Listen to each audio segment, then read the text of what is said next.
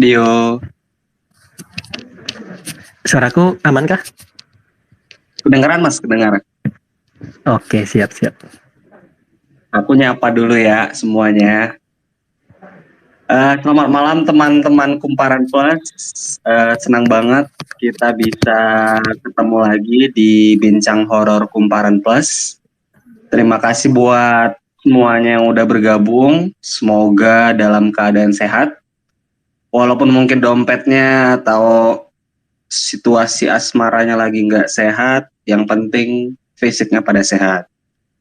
Kalaupun ada yang kurang sehat, ya semoga space malam ini bisa buat kalian semua makin kurang sehat.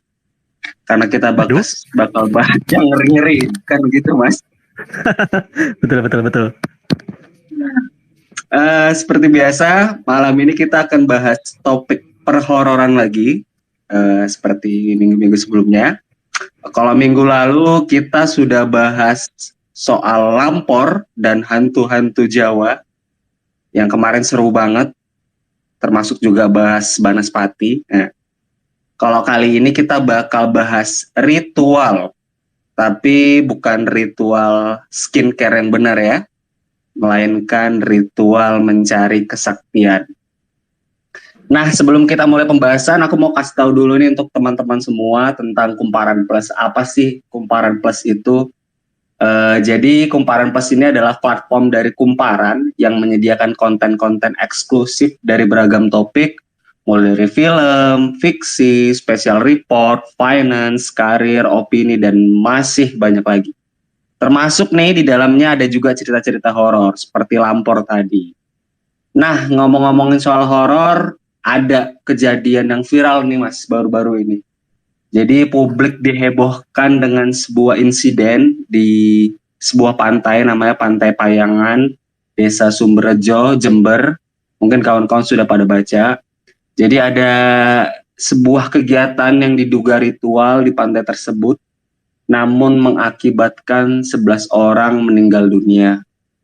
Nah, malam ini kita akan bahas hal-hal yang terkait dengan ritual, khususnya ritual-ritual yang mistis seperti itu bersama dengan orang yang udah gak asing lagi bagi para pecinta horor, yaitu penulis cerita horor dan penulis cerita fiksi, Mas Dio Seta. Mas Dio, gimana nih kabarnya malam ini? Sehat kah Mas? Sehat, alhamdulillah. Dompetnya gimana, sehat Mas? Alhamdulillah sehat. Baik. Tadi gimana Mas? Apanya? Malam ini udah siap kita untuk membahas hal-hal yang sensitif ini Mas. Oh iya, selalu siap dong, tenang aja. Selalu siap ya. Oke. Terkait tadi Mas, mungkin pertanyaan pertama aku langsung mulai aja. Boleh. Terkait insiden yang tadi di Jember, itu tanggapan Mas sendiri gimana sih tentang adanya ritual yang mengakibatkan hilangnya nyawa orang gitu? Apakah memang ritual itu sering dilakukan di pantai, khususnya pantai-pantai selatan, dan kenapa gitu? Itu sih sebenarnya gini ya, kalau aku bisa mungkin nggak mau menyinggung satu golongan, satu sekte atau satu organisasi ya. Jadi itu kan emang udah organisasi yang udah cukup besar di sana, emang udah dikenal. Yang salah satunya itu adalah mereka itu mengajarkan ilmu-ilmu penyembuhan, ilmu-ilmu kesaktian, entah yang tujuannya apa gitu. Nah, kalau misalnya ritual kayak gitu sebenarnya sih banyak. Beberapa kali saya traveling itu jalan-jalan ke pantai, nggak cuma pantai selatan, pantai utara. Melihat pantai utara juga ya. Kadang datang ke sana dikirain itu lagi ada sedekah laut atau apa.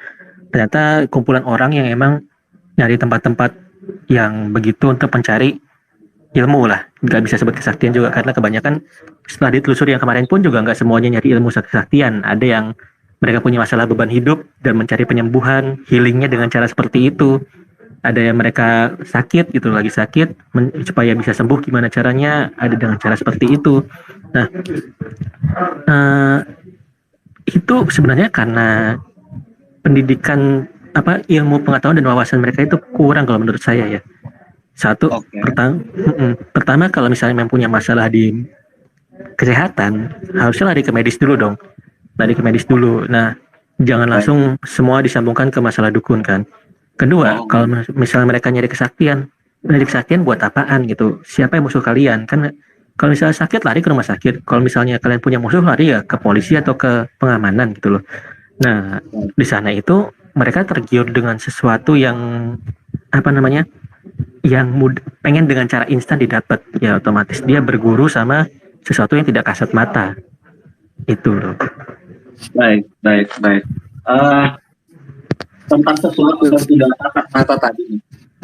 Kenapa mungkin ya karena mungkin tadi kejadiannya di Jawa, mungkin beberapa pantai khususnya di selatan dan juga mungkin di utara itu memang dianggap sebagai tempat yang sakral gitu Mas ya. Seperti misal yang di Jember itu kayak ada bukit namanya Bukit Syarat gitu. Di bukit itu di pantai itu. Jadi kayak di pantai itu juga ada, di bukit itu juga ada makam tua, terus disakralkan oleh orang-orang gitu. Itu memang biasanya menyasar ke tempat-tempat yang dianggap sakral gitu ya di ritual-ritual ini. Sebenarnya mungkin kita kenalin dulu ya sama sosok-sosok yang sering dicari oleh mereka yang mencari ilmu itu ya. Pertama di selatan kita udah tahu lah, di situ ada yang namanya Keraton Segoro Kidul. Nah, itu bahasanya saya menggunakan dengan bahasa seperti itu karena kalian juga pasti udah tahu itu siapa yang dimaksudkan.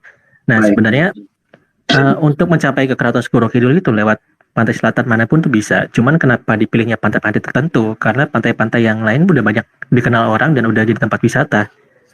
Begitu. Nah, selain di Keraton Segoro Kidul juga sebenarnya yang dikenal tuh Alas Wetan ya, yang di daerah yang hutan paling timurnya Jawa, yang konon katanya itu adalah asal muasal Dedemit di seluruh Pulau Jawa. Itu juga ajang tempatnya untuk mencari ilmu ya. Terus kalau yang paling besar lagi yang sampai bisa merubah iklim itu adalah Giri Kulon yang ada di Selat Sunda. Gunung paling barat yang ada di Selat Sunda itu. Nah, cuman kan orang nggak mungkin cari ke sana karena istilahnya secara geografisnya juga susah untuk ke sana kan. Jadi hampir di seluruh 4 penjuru mata angin itu ada sosok-sosok besar yang sering digunakan oleh para pencari ilmu untuk berguru.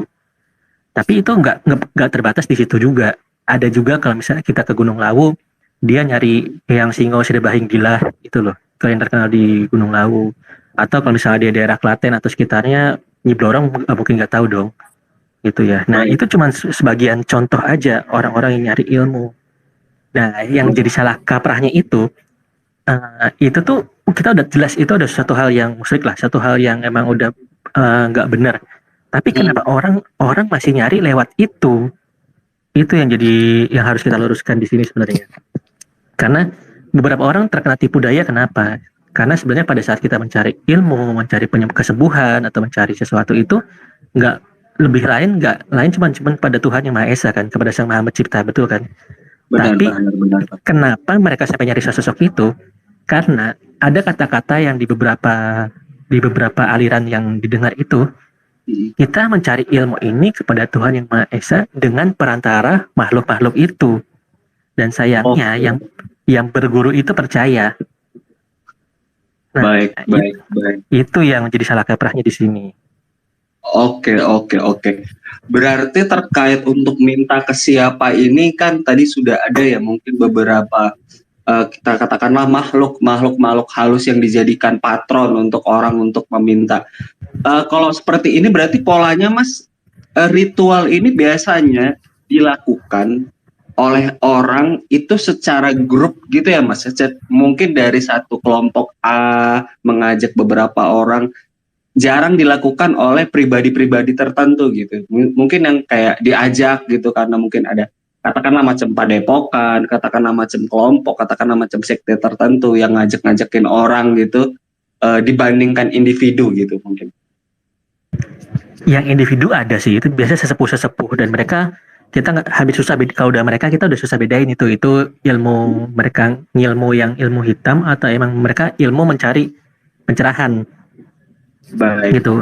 Nah, tapi kalau misalnya yang kita awam, yang paling mudah terjerumus adalah kebanyakan mereka diajak sama kelompok-kelompok yang emang mereka tuh mencari mau ngebelain mereka yang seolah terlihat lemah gitu kan. Aku punya, kalau boleh sharing pengalaman sedikit, Gini, jadi ada cerita, aku punya teman di Solo ini, dia sekarang kerja di salah satu mall.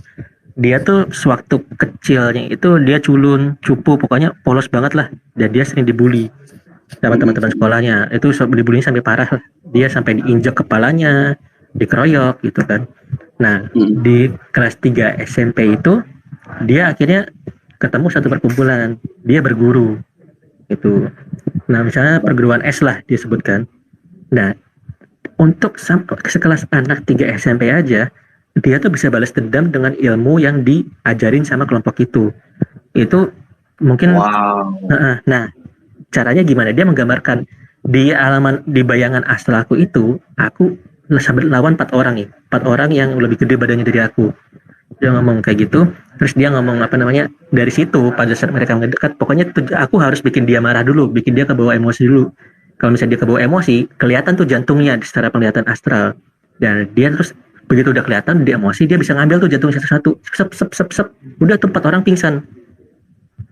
Dan kayak gitu ilmunya itu dia bilang itu caranya dengan teknik pernafasan segitiga. Nah, aku kurang ngerti ini kayak gimana ya, tapi itu dari kelompok itu dia bisa dapat ilmu itu bahkan untuk anak 3 SMP. Dan itu endingnya pun gak berakhir baik. Kenapa? Karena akhirnya tuh temanku satu itu dikira semacam anak dukun atau segala macam, dikeroyok sama warga. Iya. Kejadian. Akhirnya ditolong sama guru bahasa Inggrisnya dia yang kebetulan lewat. Kalau nggak ditolong udah mati kata dia. Nah, habis itu dikenalin lah guru bahasa Inggris itu sama kiai sama ini segala macam. Dan akhirnya kayak berubah 180 derajat sifatnya.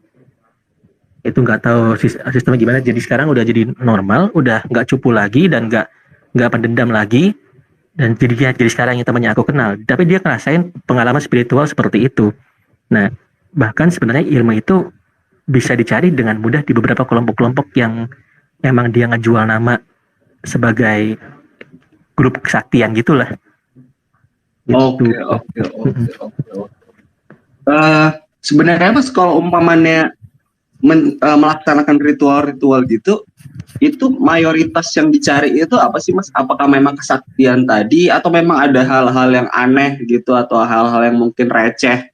Misal kayak nyari jodoh, nyari apa? Mungkin juga menang pileg mungkin ya kan? Caleg-caleg kan ada juga beberapa beritanya juga melaksanakan ritual-ritual walaupun akhirnya ketipu berapa miliar hanya gara-gara supaya bisa menang pileg. Bahkan ada yang kasus yang pernah kita dengar supaya nggak ditangkap sama KPK segala macam. Itu memang biasanya mayoritasnya yang diminta oleh orang itu apa sih Mas selain kesaktian untuk fisik gitu? Paling banyak sih yang paling gampang dan paling sering dicari orang itu pengasihan. Maksudnya pengasihan gimana?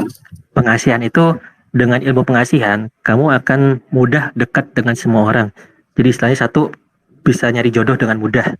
Gitu. Jadi orang yang kamu dengan ritual yang kamu lakukan, orang yang kamu tuju itu lebih mirip kayak pelet sih, akan suka sama kamu tapi secara natural. Kalau pelet kan ekstrim, ya kan? Terus dengan pengasihan itu orang akan memandang kamu dengan derajat yang lebih tinggi. Itu. Terus yang ketiga, pengasihan itu dengan orang memandang kamu seperti itu, bisnis kamu akan lancar. Gitu. Yang paling banyak dicari adalah itu. Itu kalau misalnya yang sering terjadi itu di daerah Klaten ada pemandian. Nah, itu ngarahnya ke satu sosok yang tadi sempat aku sebutin di Blorong itu. Baik.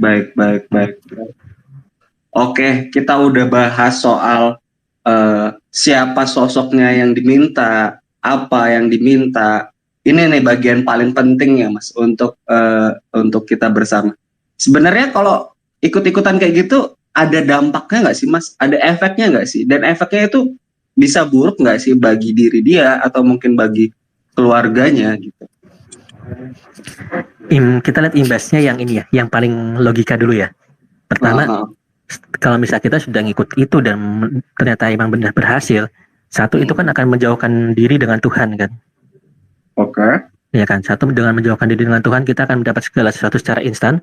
Kedua kita jadi males, ya kan. Nah, buat ngapain kerja kalau misalnya aku bisa dapetin apapun secara instan dan secara ini kan. Nah itu secara sosialisasinya udah bermasalah kan. Nah kedua, semua itu ada bayarannya. Semua itu ada bayaran.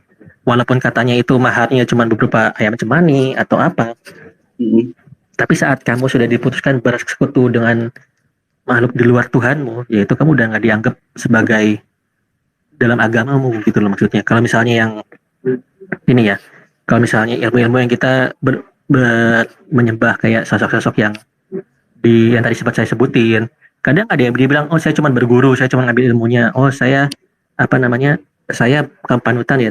Sebatasmu sampai mana? Batasmu sampai menduakan Tuhanmu atau enggak? Berdoamu kepada Tuhanmu atau meminta pertolongan dari sosok itu kan? Ya kalau misal kamu udah nggak dianggap sebagai inimu, sebagai di agamamu, ya itu udah permasalahan yang parah. Dan mereka pasti akan meminta bayaran. Contohnya, sempat dibahas di kisah Tanah Jawa juga, kayak semacam bank gaib dan segala macam ritual-ritual yang mendatangkan kekayaan, yang ritual-ritual yang mendatangkan apapun itu akan ada bayarannya. Misalnya kamu akan minta kekayaan sejumlah segini, ya nantinya kamu harus bayar itu dengan tinggal di sana, dengan bekerja di sana, entah dalam wujud sukma, entah dalam wujud apa nanti, selama sejumlah yang banyak yang kamu minta itu, gitu loh. Itu kalau misalnya yang imbas di diri kita sendiri yang melakukan ya. Nah, tapi kalau misalnya di luar hal itu, kamu minta hal yang besar. Misalnya kamu memiliki kesaktian untuk nyerang orang gitu. Nah, orang istilahnya kan, ya kamu meminta nyawa dia, kamu harus mengganti itu dengan nyawa orang lain. Nah, nyawa yang bisa dibuat ganti adalah nyawa orang yang punya hubungan denganmu, gitu. Ya nggak jauh-jauh ya anggota keluarga, atau kalau misalnya udah nggak ada lagi ya kita sendiri yang jadi bayarannya. Itu yang jadi bahaya. Oke. Berarti bisa sampai pada hilangnya nyawa juga ya Mas, kalau umpamanya kita utang ke pinjol, kita didatengin sama debt collector, ini mungkin didatengin sama makhluk itu berarti Mas ya? Betul. Sama ada satu lagi nih, aku punya cerita sharing lagi nih. Boleh, Ada Mas, boleh. salah satu teman saya yang dia punya grup IO sekaligus bodyguard ya di sana ya. Tinggalnya di daerah Jogja sana. Nah, dia itu dulunya berguru. Dan kalau misalnya cari mendapat kesaktian itu nggak sesulit kita harus ritual seperti yang di itu tadi. Dengan membeli benda-benda, contohnya seperti gotri. Gotri itu batu bumi. Kecil-kecil batunya kayak peluru senapan angin gitu ya. Itu Baik. ditanamkan di bagian badan, misalnya di kepalan tangan, di kaki, dengan cara nanamkan seperti nanamin susuk. Itu kita udah dapat kekuatan secara instan. Itu. Oke. Nah, sekuat apa dengan menggunakan gotri itu? Kalau misalnya kita bangun rumah, ada kayu besar yang jadi pondasi, sekali tendang udah ambruk itu. Sekuat itu kamu pakai gotri. Nah, dia masang sampai 2 atau 3 di kaki sama di tangannya. Nah, itu tujuannya apa? Dia salah satu orang yang terlibat dalam kerusuhan Indonesia yang sempat geger berapa tahun yang lalu, dan dia ya salah satu ininya lah, yang penjahatnya di sana sebelum dia tobat. Tapi ilmunya dia nggak cukup sampai di situ. Kalau misalnya dapat ilmu, dia pasti ketagihan. Dia akan nyari lagi. Dengan gotri nggak cukup, dia ketemu satu dukun yang nawarin ilmu kebal. Karena dia saat itu kenal sama banyak anggota-anggota juga, kenal sama preman-preman juga, dan sering berurusan sama mereka. Ilmu kebal itu cara dapetinnya gimana? Dia harus nyari jasad perempuan, umurnya saya lupa ya, perempuan masih perawan, yang mati tanggal sekian gitu kan. Dan hebatnya dukunnya itu bisa ngasih tahu akan ada yang mati tanggal sekian di kecamatan ini, kelurahan ini, nanti dikuburin di sini. Dan benar kejadian. Nah, semanipulatif itu maksudnya setan zaman saat itu sama dukun itu. Nah, terus dia cerita, dan untuk ngambilnya itu dia harus berjalan mundur masuk ke dalam makamnya. Terus ke makam itu dia harus gali pakai tangan, nggak boleh pakai cangkul. Nah, dia harus ngambil jari kelingking perempuan itu syarat yang dikasih dukun ya, jari kelingking itu nggak boleh pakai tangan, harus pakai gigi.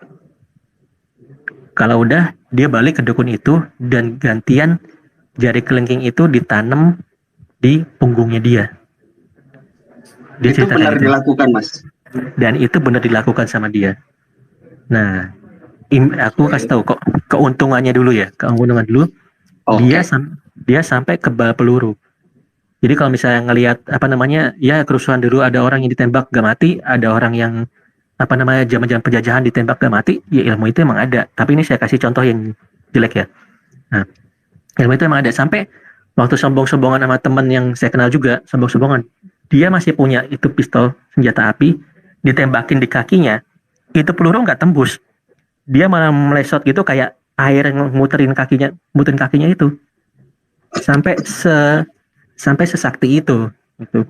Tapi efeknya apa yang paling langsung kelihatan, dia jadi emosian, terus apa namanya, udah kayak ngeliat ngeliat manusia tuh nggak kayak ngeliat manusia.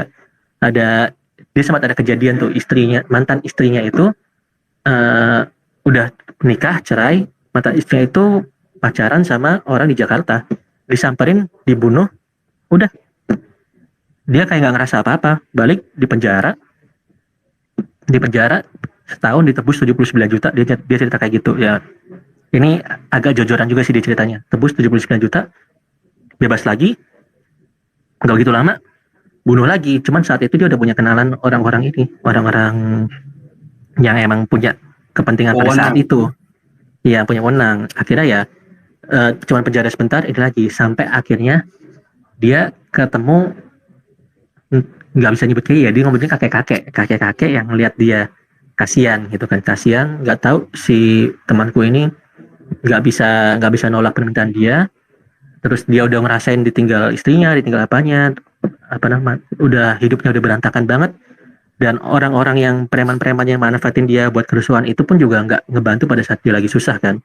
Sampai titik itu dia ketemu si kakek itu, akhirnya dia mau diputihin caranya gimana. Nah, dia itu dibawa ke satu sungai yang mengalir. Ke satu sungai yang mengalir itu di daerah Jawa Tengah. Sungai yang mengalir, dia semalaman di situ. Terus entah dibacain apa sama itunya, terus ditinggal.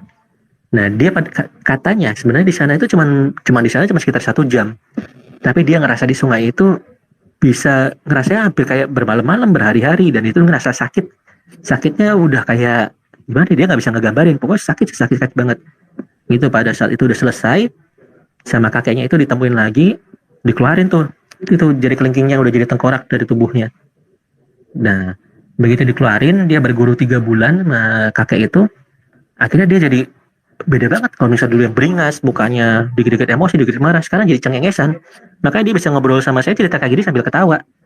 Tapi dalam otak saya, wah ini mah bukan cerita bercanda, ini istilahnya udah ngeliat ini yang di depan aku nih dulu pembunuh nih. Aku udah mikirnya kayak gitu. Nanti dia bisa cerita sambil, udahlah itu masa lalu gue, wah udah, ini gue masih bisa hidup, gue masih bisa bebas, itu udah anugerah kan. Dia udah ngerasa seperti itu.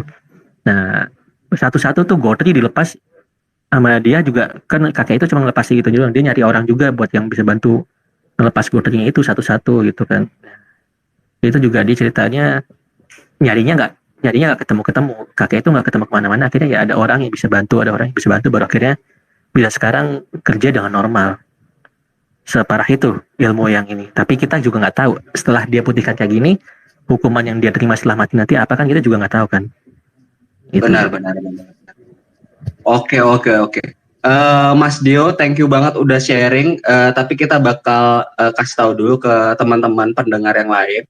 Kalau ada teman-teman yang punya cerita sejenis, pengen sharing sama kita, atau juga mau sekedar nanya sama Mas Dio segala macam, boleh banget diminta jadi pembicara. Nanti akan saya kasih kesempatan untuk ikut ngobrol bareng. Supaya kita makin seru nih. Tadi udah lumayan seru dan lumayan ngeri sebenarnya ceritanya, walaupun diceritakan dengan santai. Tapi nanti kalau ada teman-teman yang lain, boleh nih. Oke, sejauh ini udah ada satu. Coba aku kasih dulu ya ke Mas atau lo. Oh ini, Bang N. Coba ya. Halo Bang.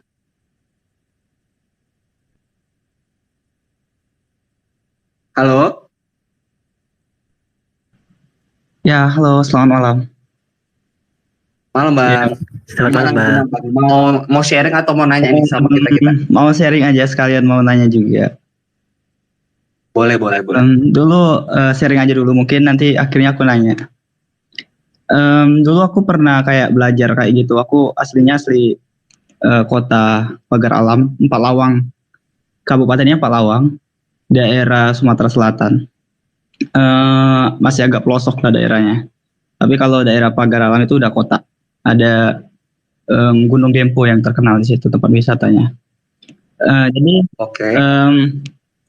kalau dulu kan pernah, mungkin ada yang pernah dengar lah ya, kayak istilah ilmu inye. Kalau di sana itu namanya inye, kayak manusia harimau itu dulu kan pernah diangkat jadi di sinetron kan di salah satu stasiun TV kita di Bengkulu itu kan Pantai Panjang dekatan sama saya sekitar 4 jam lah.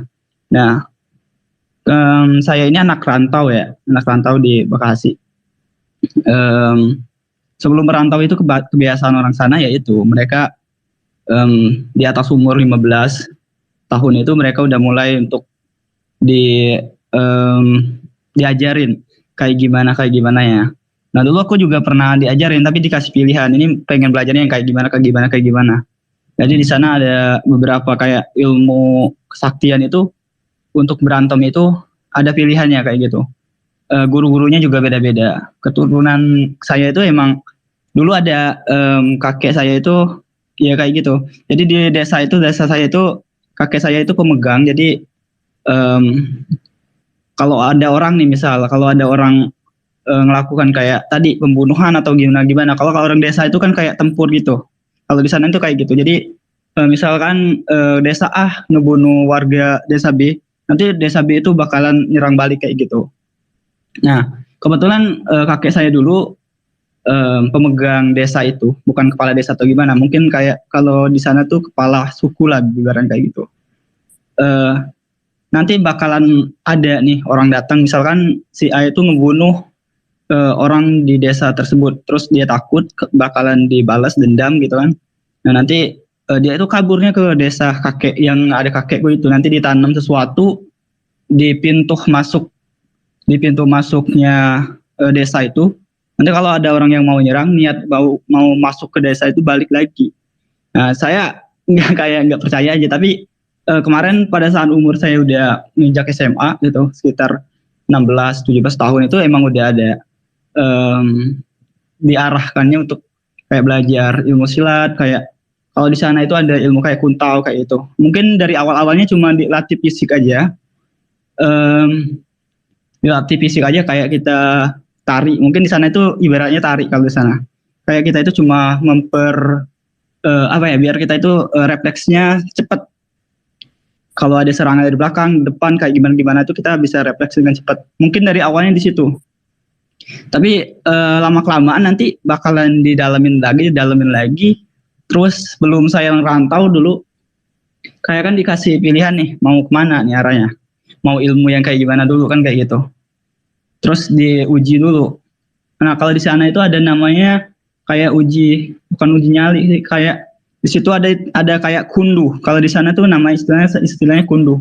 Jadi kita itu menguji nyali kita itu, kemampuan kita itu dengan nanti dikasih tantangan lah kayak gitu. Kemarin itu kebetulan saya pribadi memilih. Halo Mas, sorry suaranya keputus. Ya halo. Oke, lanjut. Saya itu memilih salah satu guru, ya dia itu ada di kebun sawit kayak gitu tempat tinggalnya. Yang umurnya udah lumayan tua lah, sekitar 60-70 tahun lah, udah tua orangnya sesepuh. Yang tempat tinggalnya di situ terus nggak pindah-pindah. Maksudnya dia nggak membaur sama masyarakat sekitar situ, maksudnya kayak gitu. Nah ya itu persyaratannya kemarin saya kalau di sana itu bukan ayam cimahi, tapi ayam yang kakinya kuning, kukunya kuning, tapi paruhnya juga kuning, terus badannya itu merah kayak gitu. Kalau di sana disebutnya ayam biring kuning. Jadi dominan kuning tuh badan ayamnya. Jadi saya ngasihkan ayam itu ke macan yang hitam di hutan sendirian itu di pertengahan malam. Itu masih inget banget. Ditinggal itu ya pas pada saat jam 11 malam itu, setengah 12 malam itu ditinggal sendiri di tengah hutan yang nggak jauh dari kebun sawit. Di sana banyak kebun sawit kebetulan. Di tengah hutan, pas di sana ada batu, disuruh duduk di situ megangin ayam itu sampai nanti ada macan hitam itu yang datang nyamperin, terus kita ngasih langsung dia kasih makan dia itu langsung kayak nih kayak gitu, kita nggak boleh kayak biasa aja kayak kita ngasih kucing di jalanan kayak gitu istilahnya. Oke, lanjut. Kayak langsung ngasih kayak gitu. Nah, itu baru menguji kita itu kuat atau enggak, sanggup atau enggak. Nah, nanti setelah itu baru jam berapa itu ya? Selesainya sekitar jam 1 lebih lah, jam 1 lebih dikit lah. Soalnya saya nggak bawa handphone atau apa-apa juga ditinggalkan, nggak boleh dibawa. Itu maaf cakap, cuma nggak pakai apa-apa nih di tengah, nggak pakai apa-apa dengan alasan yaitu saya dilahirkan tidak membawa apa-apa dan pulang nggak bawa apa-apa nanti kepada Tuhan. Ya emang kayak gitulah, dikemas lah demikian rupa lah ilmu kayak gitu kan. Itu kayak tanpa busana, tanpa mau cakap ya, tanpa busana, tanpa pakaian, ya itu saya ngasih itu dengan itu, jadi saya nggak tahu. Tapi setelah sampai di rumah kakek itu kan ada jam dinding, dan saya lihat itu sekitar jam 1:16 kalau nggak salah jam dindingnya. Aku tahu persis kayak gitu, masih inget. Dan baru dijemput itu kayak gemeter, badan kedinginan kayak gitu. Nyamuk, berasa kayak nyamuk itu nggak ada rasanya. Nyamuk mau gigitin itu nggak ada rasanya pada saat di hutan ya. Mungkin karena terlalu takut atau gimana. Terus nyampe di rumahnya yang guru saya itu, calon guru itu, ditanya mau lanjut atau enggak kayak gitu. Tapi ya itu aku nggak bisa langsung kayak mutusin kayak gimana.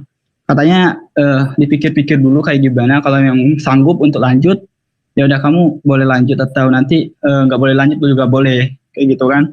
Istilahnya kita yang sekarang itu jadi penawarannya, dikasih tawaran gitu. Kalau tadi itu kita yang menawarkan diri kayak gitu. Jadi sampai situ saya pulang pagi, nyampe di rumah saya kayak mikir aja, ini kayak beneran atau enggak. Saya masih kayak tanda tanya loh, ini harimau beneran atau enggak kan gitu. Apa kayak mimpi atau enggak kayak gitu. Tapi setelah itu saya batalin itu semua. Nggak tahu kenapa saya cuma punya pemikiran ya udahlah. Cuma ada yang dipegang yaitu Tuhan, itu aja. Pada saat itu ya. Jadi nggak mikirin itu.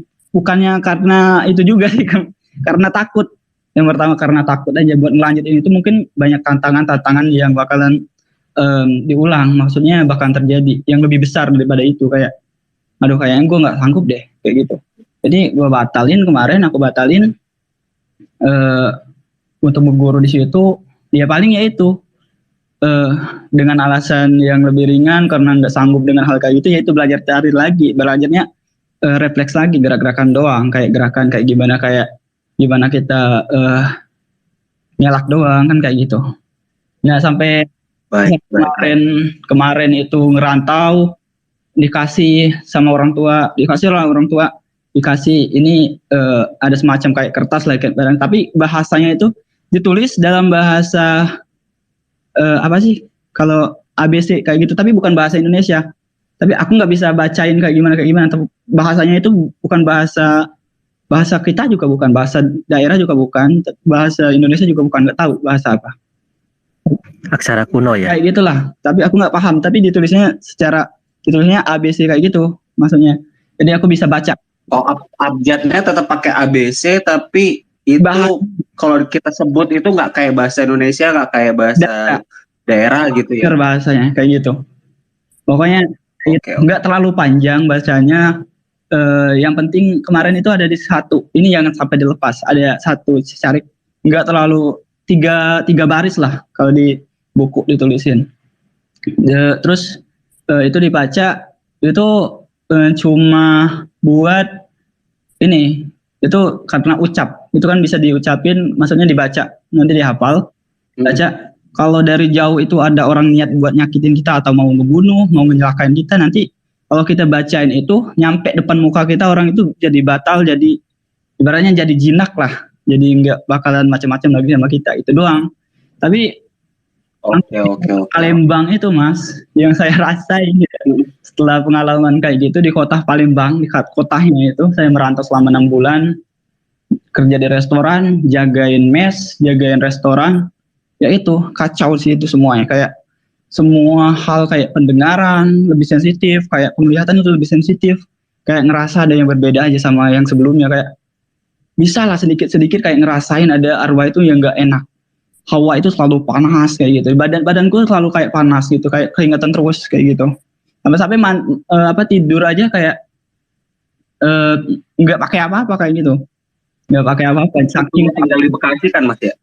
Iya, sekarang tinggal di Bekasi. Oke, lanjut. Sampai di situ aku baru sadar kalau ini cuma kayak dikemas menjadi lebih baik aja, kayak ini kayaknya dikemas lebih baik aja. Aku lupain semuanya. Aku lupain kayak kertas yang dicari, yang dikasih sama orang tuaku itu, ibuku itu, aku buang semua. Semuanya aku buang, Mas. Semuanya aku buang. Aku masukin toilet. Baik. Terus aku masukin toilet, bener-bener aku masukin toilet. Aku siram biar nggak bisa diambil lagi dan gitu.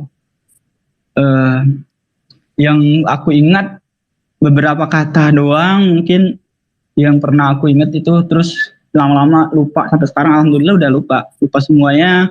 Terus kemarin juga aku kebetulan di restoran itu ada temen yang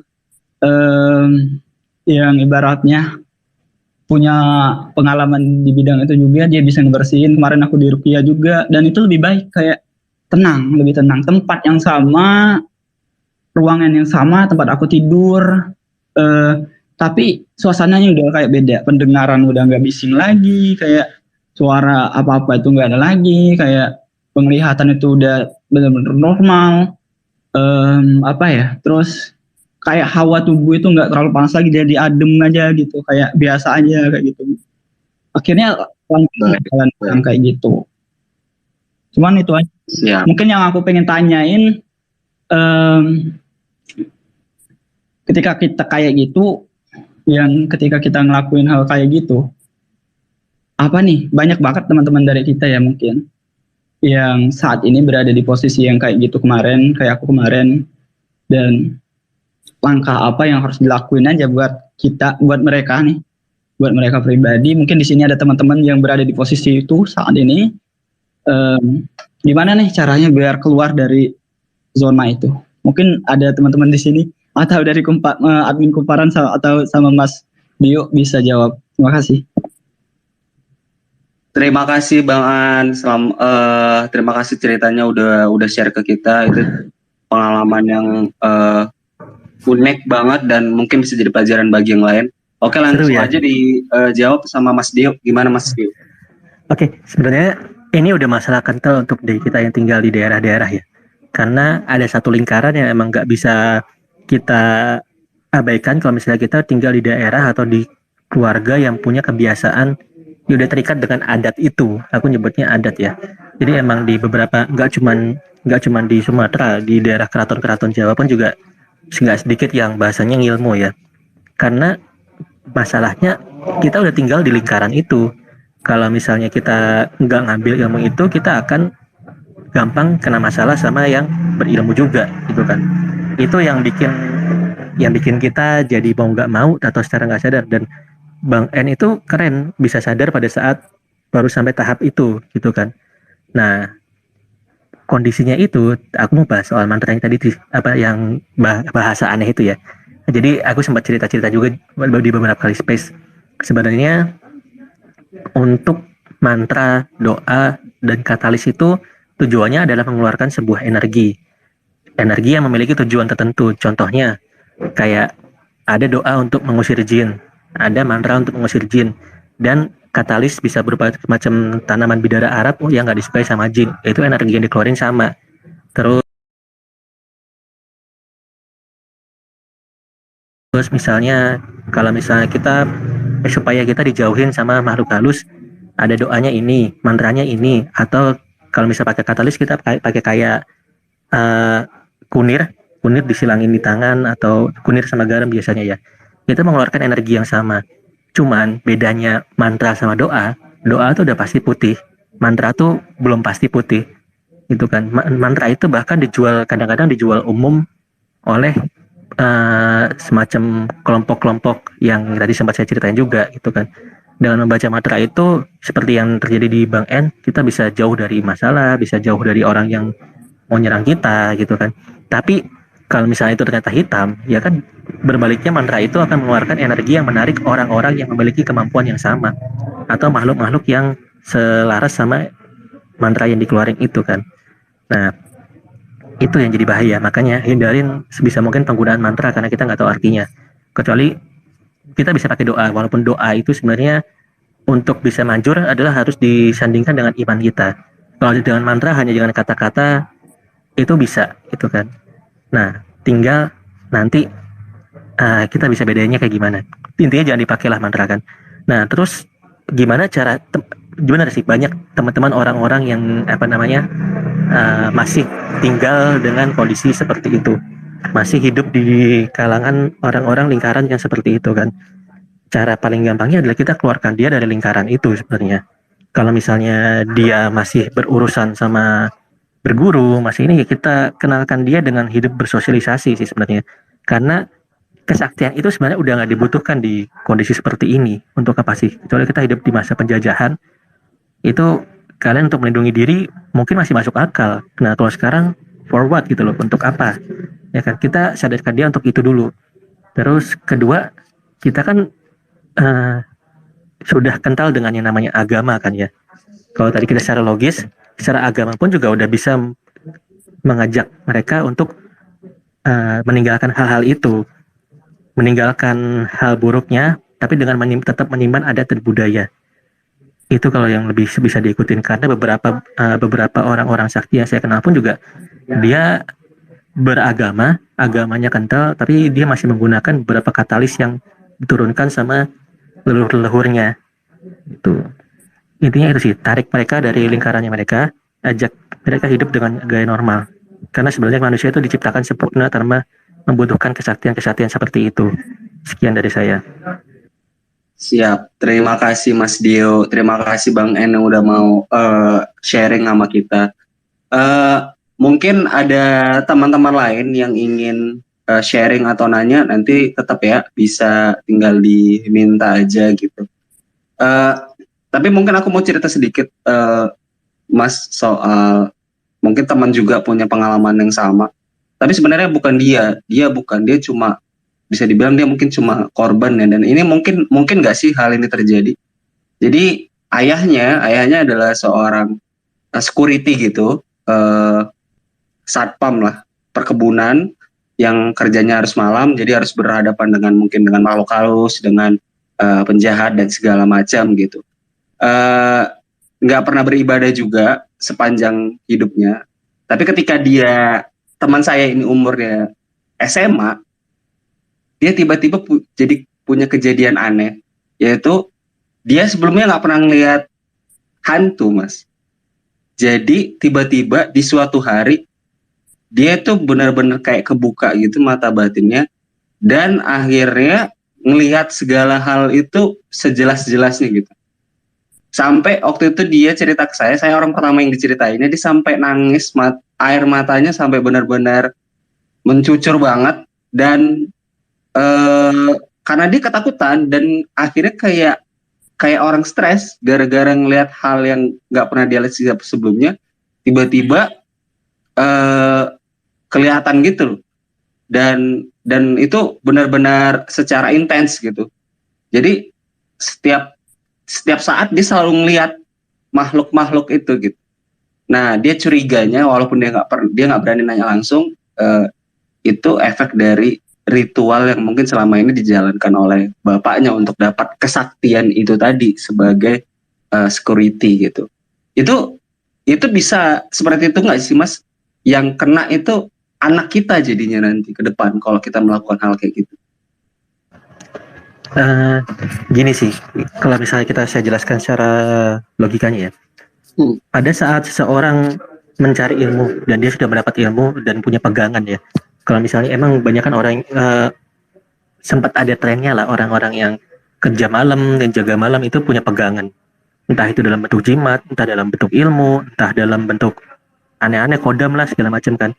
Nah, itu menciptakan energi yang mengelilingi dia.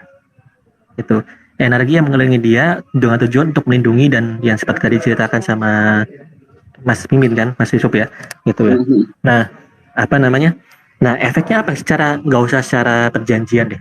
Kalau misalnya kita dekat-dekat sama orang-orang yang seperti itu, lambat laun, sehari dua hari mungkin nggak masalah, seminggu dua minggu nggak masalah. Tapi kalau bisa bertahun-tahun hidup sama orang seperti itu, energinya dia itu akan memancing kita yang hidup di dekatnya dia, akan memancing kita untuk kebuka. Gitu. Nah itu sumpah nggak enak banget. Nggak jarang banyak kalau misalnya emang terbuka dari lahir, mereka kan terbiasa. Kalau terbuka mendadak, itu rasanya mending pengen mati katanya.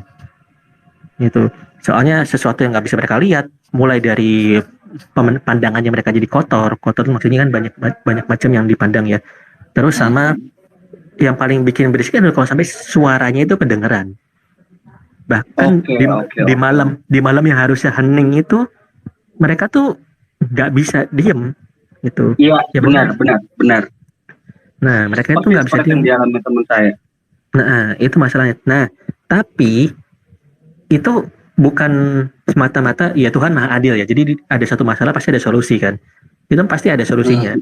Nah, kalau misalnya ketemu sama guru spiritual itu bisa ke pemuka agama atau kemana, itu ada amalan-amalan yang emang bisa menjadi solusi untuk itu. Kalaupun emang nggak bisa menutup mata batin secara sepenuhnya, ada amalan-amalan yang bisa membuat kita nggak ngedengar itu. Ada amalan-amalan yang bisa ngebuat mereka yang menampakkan diri menjadi blur atau menunjukkan dengan beberapa, ada teman juga yang lebih hebat lagi, amalan itu bisa semua menunjukkan nama dia tuh dalam kondisi bagus, nggak jelek, nggak berantakan. Nah, jadi harus diatasin sampai ke situ. Kalau misalnya emang enggak, ya kalau misalnya nggak diatasin, kalian nggak akan pernah terbiasa dengan hal itu. Intinya itu sih. Itu kalau terbuka di kondisi normal ya. Kalau dari bawaan lahir katanya mereka udah dibawakan selain mata batin, kamu pasti dibekali sama kekuatan yang bisa menanggung itu semua. Tapi kalau misalnya terbuka di tengah jalan, di perbukitan jalan, kalian gak dibekali dengan itu. Dan seumur hidup kalian gak akan terbiasa sama itu. Itu Mas Restu ngasih 100 terus tuh. Ya sabar ya Mas ya. Itu. Baik. Ayo dong. Yang mau nanya lagi, yang mau sharing, boleh dong kasih ke kita wave hand biar aku kasih kesempatan untuk ngobrol gitu kan. Oke, ini ada satu. Oke, coba kita setujuin dulu. Ada dua nih bahkan. Aku setujuin aja dua-dua. Oke, yang pertama mungkin Mbak Ferry ya. Silakan Mbak Ferry. Oke, halo Mas Dio. Aku di sini mau nanya singkat aja sih. Mas Dio punya nggak sih kayak temen atau kenalan yang pas mereka melakukan ritual itu tuh kayak meninggalnya susah, atau ada nggak sih cerita-cerita orang yang karena di dunia melakukan itu terus gimana gitu proses meninggalnya atau pas dikuburinnya gitu, atau jangan-jangan cerita yang ada di sinetron azab tuh beneran terjadi gitu loh Mas. Itu aja sih pertanyaan aku. Makasih. Thank you Mbak Ferry. Oke. Mungkin dijawab singkat aja kali ya Mas Dio. Sebelum ke Mas Jowo. Ada. Bukan teman juga sih, malah udah Eyang, tapi ya Bude ya, yang dari Bude. Itu dia pakai banyak susuk dan emang belajar ilmu-ilmu yang agak aneh-aneh juga gitulah. Istilah dulu kan kalau misalnya mau buka usaha nggak punya penglaris itu nggak afdol kalau misalnya di Jawa ya. Dia punya itu dan pasang susuk juga, dan emang ya dulu meninggalnya mohon maaf emang agak susah dan sangat susah. Kadang malam-malam teriak-teriak dengan suara bukan suara dia gitu kan. Kadang terus juga meninggalnya nggak bisa meninggal, malah sampai posisi itu. Sampai itu tuh kalau katanya orang-orang sini itu nunggu jodohnya, nunggu ketemu orang yang bisa bersihin, karena dukun orang pintar yang dulu masangin itu semua udah nggak ada, udah meninggal. Akhirnya benar nunggu jodohnya bisa bersihin itu 3 tahun baru akhirnya bisa meninggal dengan tenang. Itu ada. Dan jangan dianggap itu sinetron itu tujuannya mungkin untuk mengedukasi ya, walaupun agak absurd ya, tapi emang ada tujuan edukasinya di situ. Itu nggak salah kok. Oke, berarti sinetron azab itu terlepas dari absurditasnya, terlepas dari kenyelenehannya, satu sisi emang ada kejadian yang seperti itu ya. Baik, terima kasih Mbak Ferry. lanjut ke Mas Jowo, coba mungkin ada yang mau diceritain ke kita-kita. Selamat malam, Mas. Malam Mas. Ya, apa mau sharing? Halo Mas Jowo. Selamat malam Mas Tio. Ini apa melihat judulnya saya tertarik, ritual mencari kesaktian. Mungkin ini sebatas sharing aja kali Mas, apa dari sudut pandang saya, mungkin dari pengalaman saya sendiri gitu ya. Jadi boleh Mas, boleh. Iya, saya melihat kesaktian ini kan selalu apa ya, sangat-sangat diidentikan dengan duniawi, ya memang betul seperti itu ya. Maksud saya gini, selama dari saya coba lihat teman-teman, rekan-rekan yang lain yang dalam hal ini istilahnya apa ya, ngilmu gitu ya. Itu dari pengalaman saya kan selalu kan semua orang yang melakukan ngilmu ataupun melakukan belajar spiritual pada akhirnya nanti kan dihadapkan pada dua jalan ya, dua cabang jalan lah menurut saya. Yang mana cabang yang satu itu saya sebut sebagai kesaktian atau kesaktian, atau dalam hal ini nanti jatuhnya ke duniawi sih sebetulnya. Nah, yang cabang keduanya lebih ke kasampurnan. Dalam hal ini nanti jalurnya lebih ke ujungnya arahnya ke yang biasanya disebut moksa gitu ya. Memang dari pengalaman yang saya lihat itu dari rekan-rekan teman-teman yang selama ini melakukan dalam arti laku kesaktian lah kalau saya sebutnya itu, akhirnya ketika menemukan jalan ini rata-rata, ya nggak semua, tapi rata-rata sebagian besar saya bilang akan memilih arah ke yang jalur kesaktian atau kesaktian ini, yang mana nanti arahnya ujungnya ke duniawi. Ya mungkin karena kondisi saat ini ya, yang mungkin akhirnya mendukung mereka untuk memilih untuk ke jalur itu. Cuma dalam hal ini gini, yang juga saya mau sharing Mas, soal kesaktian. Selama ini saya melihat kalau kita bicara di Pulau Jawa, kalau kita bicara soal orang sakti di Pulau Jawa, saya melihat tuh jumlahnya bisa dibilang ribuan deh. Hanya saja kadang saya bingungnya gini, ternyata yang memahami soal kesaktian ini sendiri ternyata boleh saya bilang nggak lebih dari 10 jari sebetulnya Mas.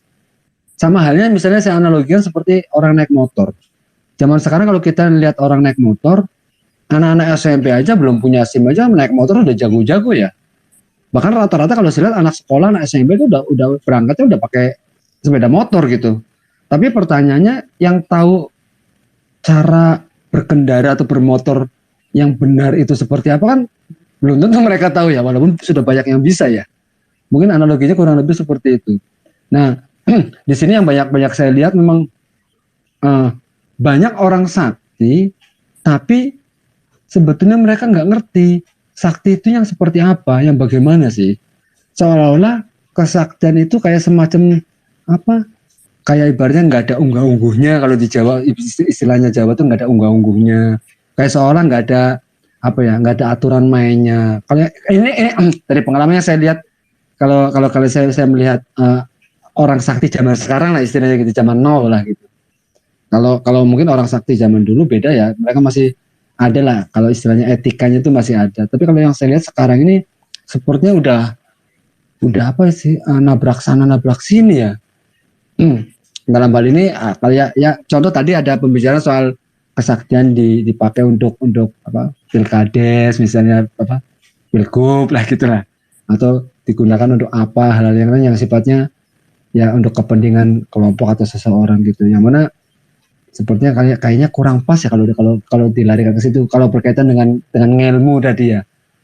Cuman ya ini sebagai sharing aja untuk pemahaman soal kesaktian, bahwa mana siapapun yang saat ini sedang menjalani kesaktian atau ilmu kesaktian ini, ya satu hal yang harus dipahami bahwa dalam dunia sana, di dimensi sana, dimensi kesaktian lah kalau saya bilang supaya gampang, itu juga adalah aturan main, etika dan yang lain-lain, supaya menjadi beveling juga kalau buat saya, supaya kita nggak gelap mata atau sembrono gitu kan ya.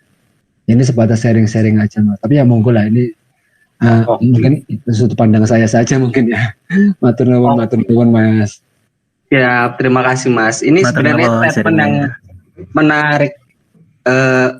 Memang benar ya Mas, kalau memang mungkin orang yang paham mistis, yang paham ngelmu gitu, itu mungkin banyak gitu kan. Atau yang lagi ngelmu itu banyak, yang mencoba bermain-main di sini itu banyak. Tapi yang benar-benar ngerti, paham dan bijak menggunakannya itu hitungannya sedikit gitu. Dan itu emang seperti itu ya, Mas Dio ya.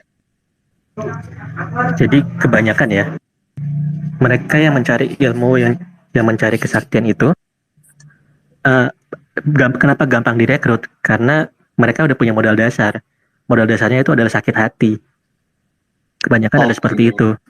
Nah, jadi benar katanya Mas Jowo Jawi tadi, kebanyakan yang ilmu yang mereka dapat itu bukan ilmu yang untuk mencapai kesempurnaan atau yang mencapai pencerahan, tapi ilmu untuk membayar sakit hatinya itu.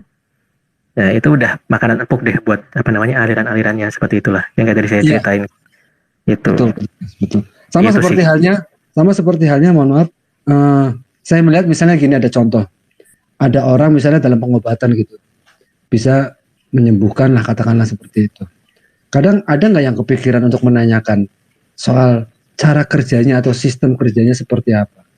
Mungkin dari pengalaman saya yang saya pernah menanyakan, itu belum, walaupun ini memang betul orang sakti, betul ya, saya lihat betul. Berarti dia bisa menyembuhkan, ini kan termasuk punya kelebihan lah, artinya punya kesaktian. Tapi ketika saya nanyakan cara kerjanya gimana sampai dia bisa menyembuhkan misalnya satu penyakit, ternyata ya dari beliau juga nggak bisa menjelaskan. Ya dari jawaban-jawaban yang pernah saya tanyakan ke beberapa orang sakti itu rata-rata menurut saya jawabannya terlalu klise buat saya, yaitu soal ya kita mohon kepada Gustinya gitu kan, terus ya soal dijabain atau enggak ya nanti tergantung lah gitu. Ya itu kan kalau menurut saya itu apa ya, jawaban yang terlalu klise banget lah kalau buat saya. Tapi yang menjadi ilmunya kan lebih kepada kita kan juga harus bisa ya menjelaskannya. Soal misalnya kita bisa melakukan sesuatu, menurut saya tanggung jawab secara tidak langsung itu kita juga harus bisa menjelaskan apa yang kita lakukan gitu. Jadi supaya generasi penerus atau siapapun yang sedang berada di proses sinau atau belajar ini juga bisa benar-benar memahami, dalam arti memahaminya utuh. Karena selama gini, kalau saya yang lihat, selama ini kenapa kebanyakan terus jadi banyak yang nabrak-nabrak, karena mungkin pemahamannya ini apa ya, separuh-separuh lah istilahnya saya. Jadi nggak penuh. Jadi akhirnya seolah-olah apa yang dilakukan itu menjadi satu pembenaran lah, kurang lebih gitu sih kalau yang saya lihatnya. Gitu Mas, matur nuwun. Baik. Oh, tapi ngomong-ngomong Mas, walaupun sebenarnya baiknya saran kita di forum ini kan tidak usah ikut-ikutan hal seperti itu ya. Maksudnya tidak usah ikut-ikutan. Tapi betul. Kalau menurut saya pengen nanya, ini sebenarnya bisa dijadiin bisnis juga nggak sih? Banyak nggak sih orang-orang yang fake nawarin hal-hal kayak gini untuk mencari keuntungan, nyari duit, nipuin orang, nanti bisa janjiin ngasih kesaktian A, B, C, ternyata hoax gitu kan, dan ternyata cuma untuk nyari duit. Itu bisa dijadi banyak juga nggak sih yang membisniskan ini? Dari yang pengalaman yang saya lihat sangat-sangat bisa Mas, dan sangat-sangat banyak. Oke. Jadi makanya gitu. Gini, saya sempat juga bicara di TL beberapa kali soal ketika kita mau belajar sesuatu yang khususnya dalam hal ini spiritual. Satu hal yang sering dilupakan oleh teman-teman yang lain yang ketika mau belajar spiritual itu adalah soal pondasi.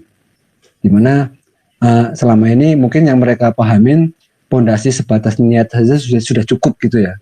Kalau menurut saya itu masih kurang banyak malah. Jadi kalau dari pengalaman saya, yang saya lihat pondasi utama sebetulnya ini untuk belajar apapun ya, bukan hanya spiritual. Cuman dalam hal ini karena kita konteksnya soal spiritual, jadi lebih dikhususkan ke soal spiritual. Jadi pondasi utama yang harus dipahamin oleh teman-teman, rekan-rekan, sedulur-sedulur di sini ketika melangkah untuk belajar spiritual, itu yang pertama harus dipersiapkan adalah nalarnya dulu. Satu hal yang menjadi pemahaman selama ini kurang diketahui oleh banyak teman-teman di sini, yaitu perbedaan antara logika dan nalar. Jadi selama ini kebanyakan orang kan hanya menggunakan logika. Mereka lupa jika ketika kita sudah bisa memahami logika, ada loh pelajaran selanjutnya, yaitu berkaitan dengan nalar. Coba deh buka di Kamus Besar Bahasa Indonesia. Beda nggak antara logika dan nalar? Nah dari situ kita bisa tahu bahwa ternyata ada perbedaan pemahaman antara logika dan nalar. Karena yang saya lihat gini, selama ini kebanyakan dari teman-teman melihat istilah logika dan nalar ini adalah dua hal yang sama artinya. Padahal kalau kita merunut pada KBBI, Kamus Besar Bahasa Indonesia, itu artinya jelas dua hal yang berbeda. Gitu. Nah, yang mau saya jelaskan di sini soal nalar ini ya ini mungkin perbedaan mendasar yang harus dipahamin. Kalau logika sendiri, kalau dari pemahaman saya itu hal yang murni dihasilkan berdasarkan dari olah pikir. Sedangkan perbedaannya dengan nalar. Nalar itu adalah sesuatu yang dihasilkan berdasarkan dari olah pikir plus olah rasa. Nah, ini perbedaannya soal olah rasa ini. Jadi selama ini banyak teman-teman, rekan-rekan yang saya lihat itu ketika mereka mencoba untuk memasuki atau belajar di dunia spiritual, mereka menganggap basic logika saja sudah cukup gitu. Sementara kalau dalam istilah Jawa kan gini Mas, ada istilah yang pernah saya dikasih tahu. Sinau kuwi ojo mung tekan bener, ning kanthi bener. Dalam arti bahasa Indonesia gini, belajar itu jangan hanya sampai ke benar, tapi sampai ke benar. Benar itu maksudnya tepat. Artinya, yang benar itu belum tentu tepat.